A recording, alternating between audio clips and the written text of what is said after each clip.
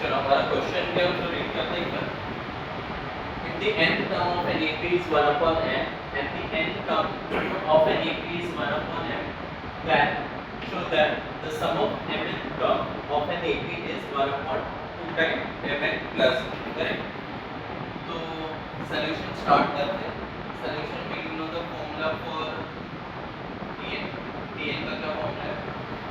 Tn का formula मुझे explain करो. हाँ, mention करो. Tn is equal to yes a plus n minus 1 ये फॉर्मूला यूज करना है एंड फिर Sn का यूज करना है क्योंकि उसने बोला है सम ऑफ n. Sn का फॉर्मूला यूज कर लो. Sn is equal to n upon 2 a plus n minus 1. ये दो फॉर्मूला यूज करके फिर सम को सॉल्व करना है. क्लियर? चलो ठीक है. तो Tn का क्या फॉर्मूला है? Tn is equal to a plus n minus 1 into और यहाँ पे क्वेश्चन में क्या दिया है कि n term means instead of n आपको सब्स्टिट्यूट करना है m. तो आपको क्या मिलेगा यहाँ पे then t m is equal क्या हो जाएगा m के प्लेस पे n सब्स्टिट्यूट n के प्लेस पे n के प्लेस पे sorry a plus m minus 1. अरे ये tm का होगा. tm is equal to a plus m minus 1. Tm का वैल्यू है हमारे पास. Tm का वैल्यू क्या है? mn टर्म का 1 upon n is equal to a plus m minus 1. हमने Tm का वैल्यू सब्स्टिट्यूट कर दिया m टर्म का जो क्वेश्चन में दिया. अभी हम इसको मार्क करेंगे इक्वेशन नंबर 1. क्लियर? तो अभी क्या दिया था? n टर्म मतलब Tm का फॉर्मूला यूज करना है और n टर्म का क्या है value? n term of an AP is 1 upon m means आपको Tn के प्लेस पे क्या सब्स्टिट्यूट करना है? 1 upon m एंड सिंपल आपको फॉर्मूला लिखना है a plus n minus 1 और इसको मार्क करते हैं इक्वेशन. दोनों इक्वेशन क्लियर है. आपने सबसे पहले यूज किया Tn का formula Tn is equal to a plus n minus 1 into n के प्लेस पे m सब्स्टिट्यूट किया बिकॉज़ क्वेश्चन में दिया था mn टर्म तो tm is equal to a plus n minus 1 into t. But tm का value तो question में दिया था. क्या वैल्यू था? 1 upon n. तो हमने सब्स्टिट्यूट कर दिया है. तो मिला a plus n minus 1 into t. Right? फिर उसने बोला था n टर्म मतलब original formula tn is equal to a plus n minus 1 into t. लेकिन n टर्म का वैल्यू क्या दिया था क्वेश्चन में? 1 upon m. तो हमने सब्स्टिट्यूट कर दिया and we got this minus. Okay.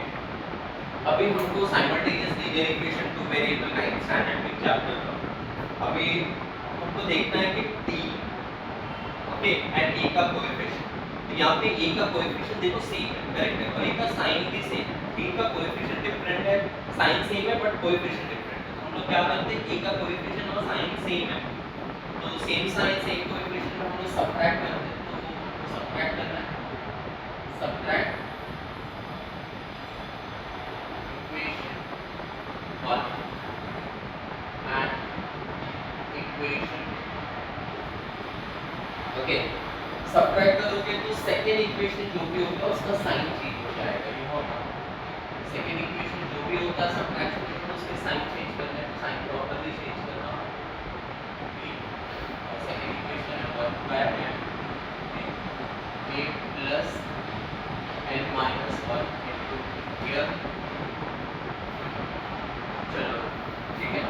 अभी हम लोग क्या करेंगे? साइन चेंज करेंगे. Minus minus minus here. अब ये साइन चेंज हो गया. अब देखो a का साइन है प्लस a का साइन है माइनस. ये साइन को मतलब कैंसिल कर दो. ओके. बाकी टर्म को सॉल्व करो. कैसे? 1 upon n minus 1 upon m. अब ये टर्म में देखो d कॉमन है तो d को कॉमन कर एंड ब्रैकेट में जो भी आपके पास बचा हुआ रिमेनिंग m minus 1 फिर इसका साइन है माइनस n minus 1 फिर ब्रैकेट क्लोज.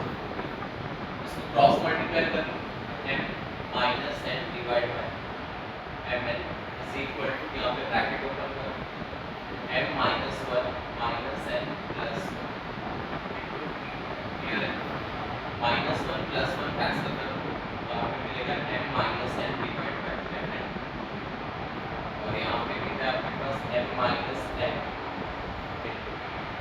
अभी देखो d के साथ m माइनस n मल्टीप्लाई, अगर आपने इधर किया तो डिवाइड होगा, तो सिंपल है m माइनस n और m माइनस n कैंसिल कर सकते हो, कैंसिल करके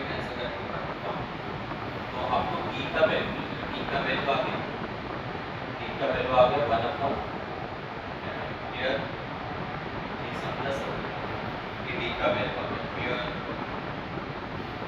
ओके, अच्छा d का वैल्यू मिलने के बाद हमको a का वैल्यू भी कैलकुलेट करना है, तो इसको मार्क कर दो इक्वेशन नंबर 3 और इसको सब्स्टिट्यूट करो इक्वेशन 1 या इक्वेशन 2, तो therefore substitute b is equal to 1 upon mn in equation 1 में तो क्या मिलेगा, सब्स्टिट्यूट करोगे तो 1 क्या है 1 upon n left side is equal to a plus m minus 1 into b का वैल्यू है 1 upon m, करेक्ट। अच्छा ये सिंगल टर्म है बिकॉज़ ये हो गया, अब ये सिंगल टर्म है उसको m minus 1 upon m clear, और ये a is equal to 1। आपको a का वैल्यू कैलकुलेट करना है, इसको बोलेंगे हम टर्म का साइन प्लस है तो जाके माइनस होगा 1 upon n माइनस क्या बचा आपके पास m minus 1 upon m और यहाँ पे ध्यान से देखो ये फ्रैक्शन और ये फ्रैक्शन का डिनोमिनेटर सेम ही है, तो इसको इनटू कर लो बाय m क्लियर, क्या मिलेगा बोलो m माइनस, ध्यान देना माइनस साइन है तो ब्रैकेट यहाँ पे माइनस साइन इस साइड न्यूमरेटर जाएगा minus m plus 1 divide by common denominator m is equal to 3 minus m plus m cancel, आपको a का भी वैल्यू मिलेगा, a का वैल्यू क्या है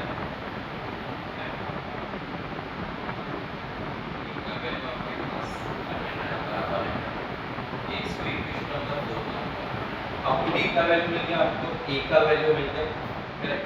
अभी आपको Sn का वैल्यू निकालना है, Sn में n के प्लेस पे सब्स्टिट्यूट करना है Mn का, ओके। तो मैं इस साइड रब कर रहा हूँ,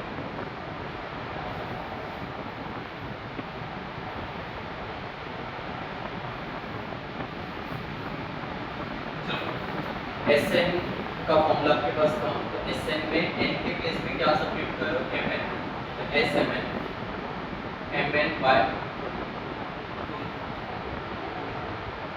time a plus Mn minus 1 clear है। अभी आपके पास e का वैल्यू और d का वैल्यू आपने ऑलरेडी सॉल्व कर लिया है, इक्वेशन नंबर 3 इक्वेशन नंबर 4 तो सब्स्टिट्यूट करो Mn by 2, ओके। a का वैल्यू था आपके पास 1 upon Mn plus Mn minus 1 और d का वैल्यू भी आपके पास क्या था 1 upon Mn by 2, ये हो जाएगा 2 upon Mn प्लस, अच्छा इसको कंबाइन फिर से कर सकते हो Mn माइनस 1 upon Mn, अभी दोनों का denominator same, correct same denominator, तो हम लोग कंबाइन करते हैं न्यूमरेटर में, तो न्यूमरेटर में अच्छा सेकंड टर्म के पहले प्लस साइन, ब्रैकेट का साइन या न्यूमरेटर का साइन चेंज नहीं होगा, तो -1 और +2 कितना हो जाएगा, यस इज इक्वल टू 1, तो 2 -1 इज 1 प्लस 7 डिवाइड बाय क्या आएगा आपके पास 7 हियर